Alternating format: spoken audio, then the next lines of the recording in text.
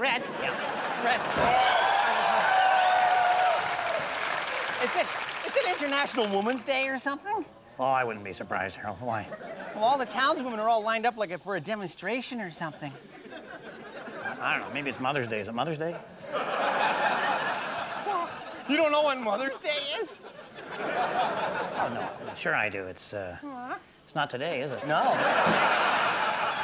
Hey, guys, what are all the wives mad about? Oh, see? You asked Mike. You're not supposed to be here, okay? We're using you as our excuse to be able to go fishing. My case is put off. No. Your case is postponed. I'm put off. That's why the women are so upset. They know you lied.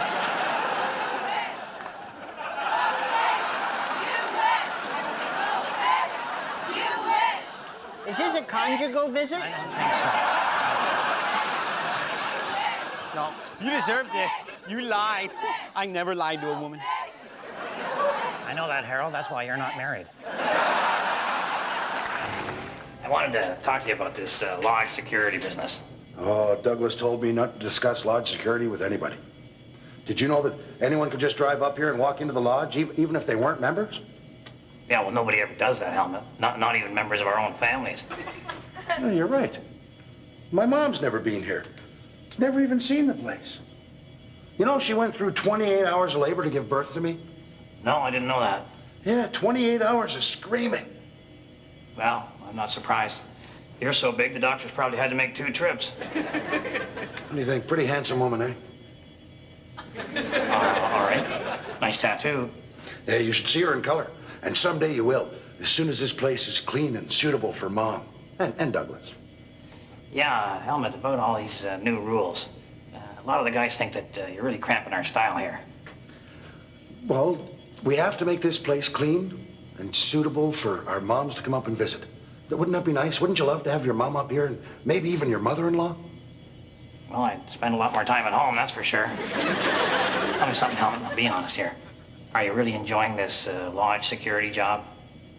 No, not really. I miss servicing my pump. I haven't filled her grease caps all day. And, you know, nobody wants to be the heavy. I don't want to be the heavy. I don't think anybody likes being the heavy. Well, how come you're going around making everybody's life so miserable then? Well, Douglas told me that if I fail as head of security at the lodge, that I'd bring shame to my family and my mom. And I want my mom to be proud of me. Well, I don't want to come between you and your mother, Helmut. Not without my pads on. Early on in the planning stages of our show, it was suggested that we have something different, some kind of a feature, you know, just as long as it was unique. It didn't matter if it wasn't any good. Okay, shopping with your mom. Oh, yes, I realize this isn't up there like with world hunger or peace or, you know, who's better, Gretzky or Lemieux. But it's important to me. No one should have to go shopping with their mom, especially since I knew the sales girl from high school. She had to measure me, and Mom kept saying, he wears small pants. That killed. I don't blame the sales girl for laughing. But for 15 minutes, there should be a law. You know, you should be like some respect for privacy, and there should be a lock on those change room doors so the door doesn't bust open when you bend over to pick your pants up. I don't care how ridiculous that point of view is, it's mine. Thank you. Oh, Helmut, you're down here. Yeah, greasing my impeller flanges. Boy, I sure envy you single guys. You know, Helmut, this stupid sunroof argument is blown way out of proportion. Bob and Glenn are acting like kids. Oh, that's terrible. What would their mom say? I know what my mom would say. She'd say, you act civilized or else. Whack. My mom's a special lady. Well, she must be, Helmut. She lets you live at home. Well, I help with the rent. You know, the landlord comes over and I scare him off. Life hasn't been easy for my mom. You know, first I was a difficult birth. And that's not easy on a 16-year-old girl. And then my father, well, you know, he left home when I was 6. Oh, my gosh. Where'd he go? The beer store. The first time I saw him get off the couch ever. You know, then my mom had to do everything herself. Clean the place, order the pizzas. She held down 2 jobs. She was a wax jockey at the car wash and a human cannonball at the circus. I mean, she taught herself karate. This woman's a saint. Well, it sounds like she was canonized by the Ringling Brothers. And speaking of projectiles, Helmut, what about this sunroof thing? Well, I guess I could have a look at it, but first I got to get the pump running, and then I'd said I'd clean out the eaves troughs on Stinky's truck. Well, I just appreciate you take a look. And I mean, you know what? I think your mother would appreciate it too. Yeah, really? Oh, yeah, I think so, yeah. Well, I'll do it right now then, for Mom. Great. Oh, I better take some tools. Today on Meet Your Member, I got my good friend Dougie Franklin here, who's going to tell us a little bit about himself. Thank you, Red. Well, I'm building a monster truck from the frame up out of an old K car, actually. And now there's a bit of irony there, you know, when you consider the number of those babies I've crushed over the years. Thought K stood for crush, actually. You know. Well, no, I kind of meant maybe something a little more personal about yourself, you know. Okay, Yeah. okay. Well, I got the brakes, I got the assembly, brake assembly ready to go. I got the four-wheel drive unit just prepared to drop in there, and you want more personal stuff like my absolutely. cab, maybe the interior? Let's go a different way on this. All right. Maybe, Doug, maybe you could tell us a little bit about your family life, that type of thing. Well, I don't think there's a person alive that could have had a better home life than I did, Red. I mean, you know, my daddy used to drive me to school every day in his '57 Chevy long box pickup truck with the turbocharged 427, ported and relieved. He could lay a patch of rubber the entire length of that teacher's parking lot. All right, well, what about your mother? Tell us about your mother. That'd be good. Not really much to say there, not much to tell you. I mean, she was a lovely woman, Yeah, yeah. but she didn't drive. I want to talk to you older guys out there about the dangers of shopping for your wife. Most importantly, I'm talking about her reaction to that gift you just bought her. Now, I know some of you have been buying her gifts for 25 or 30 years and you think you're getting pretty good at it. Well, you're not. The truth is that men run out of good gift ideas after about the 5th year of marriage. And that's when the phrase, "Oh, I love it, honey, it's just what I wanted," is replaced with, "Did you keep the receipt?" I know we've all been there. That time you bought her that picture of the dogs playing poker. Or the year you enrolled her in the barbecue sauce of the month club. Remember when you got her that hilarious fish that sings when you clap your hands?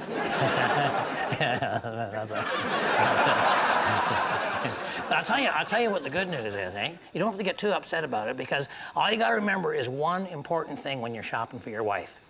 Men are from Mars, women have taste. So the next time you're shopping for a gift for your wife, look around the shop. If you see something kind of special, something unique, something that you would honestly like to have for yourself, get the heck out of there, because, buddy, you're in the wrong store. Remember, I'm pulling for you. We're all in this together. How's it going, Douglas? What can I do for you? No, it's Red. Well, go jump in the water. It'll cool down. No, man, I'm Red. You call me Douglas. No, I didn't, Glenn. Oh, all right. Well, Helmut, do you have any idea who or what hit you on the head this morning? Well, I don't have time for your head now. I got a pump here and needs servicing, young lady. Oh, well, that's good, because you're one guy who can fix things, Helmut. You know, my mom used to hit me like that. Help me sleep. You know, a cup of warm milk and a 2x4? Oh. Well, Helmut, do you think you could straighten up this putter? I have no idea how this happened. Do you have a mother, Dwayne? Yeah. Oh, yeah, I have one of those. You're not going to call me Harold, are you? Do you call her a lot, your mother? Well, now, a lot is a funny expression, Helmut. If you mean more than once a year, then no. But you know, if I called her more often, I don't think we'd be as close. No, I don't call my mom as often as I should either. Yeah, but Helmut, you live with your mother. Well, that's no excuse. I could call. I could make the time. Doesn't she look like Mamie Eisenhower? All right, yeah. Do you think you could straighten that out? And Bob would really appreciate it, Helmut. Well, I don't know, Mamie. Aluminum head, The shaft might just snap when I try to straighten it out. That'll happen, you know. Mental fatigue. Well, if it happens, it happens. We got nothing to lose at this point, Helmet. Okay. Well, I was afraid that'd happen. Yeah, they just don't make them like they used to, huh? I'll tell you, that's one sturdy pump you got there, though. Thanks. Do you mind if I go call my mother? No, you go ahead. I'll see you later. Okay, say hi to Red for me. Yeah, right. And you say hello to your mother. Right. Hey, Mom! Dad says hello! You know, we've had some comments that the show doesn't have much of an edge to it. Well, here's somebody edgy. Okay, but yeah. I wonder what the plural of the grilled cheese is. Anyway, household chores. Household chores. The other day, my mom asked me to clean up my room. Yeah? So anyway, she says, Harold, go clean up your room, right? And I said, Mom, how can you expect me to clean up my room when it was your generation that destroyed the environment, created millions of H-bombs and M-bombs and A-bombs, huh? How about that? And drugs and open manhole covers and hatred and greed and intolerance, something which I personally cannot stand. Huh? Mom, how can you do that? Do you not see any inconsistencies in this at all? You know what? I learned something that day. Actions speak louder than words. Because she just, like, clouded me, right? So I raced up to my room and I swept everything under the bed. Which is okay, because that's where I keep stuff. Grilled chews. That's neat. Grilled chews. That'd be plural. Now, these up-close and personal deals are very popular with the television audience, and of course, we're always looking for filler. So right now, we're going to find a little bit more about the man we've come to know as Mike Hammer. You're not going to make me cry, you know that, don't you? No, I know. I'm fine with that. Mike, you've had a colorful life. Why don't you tell us about the early years of your childhood? Okay, well, we had a pretty normal family. Mom was an exotic dancer, and I had somewhere between 3 and 7 dads, depending on how much bail money we could come up with. And which one of those guys was your biological father? Well, Mom was never sure about that. Oh, yeah. You see, she's a heavy sleeper.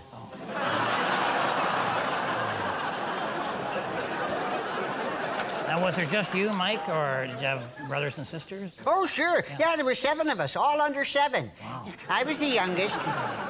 Mom used to blame me for losing her job because, you know, like when she was carrying me, she gained a lot of weight, you know, and she got bigger than some of the tables she was dancing on.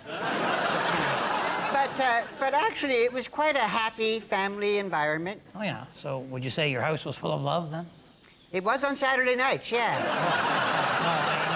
I mean that you weren't lacking in anything, you know. You had the normal stuff, toys and bikes, that kind of thing. Oh, yeah, sure. I had all the same kind of toys as the neighborhood kids. Yeah.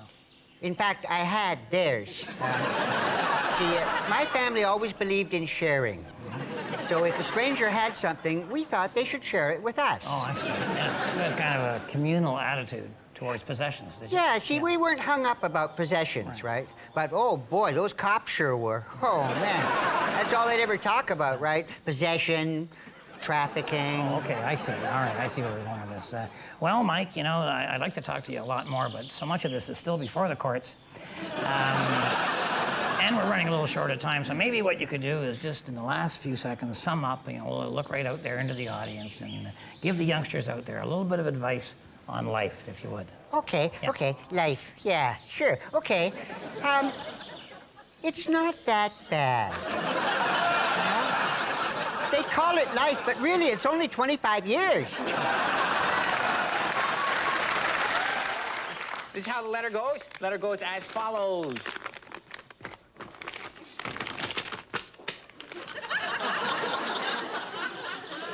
Dear experts, this year I want to make my mother's birthday special to thank her for everything she's done for me. I'm hoping to be out of prison by then.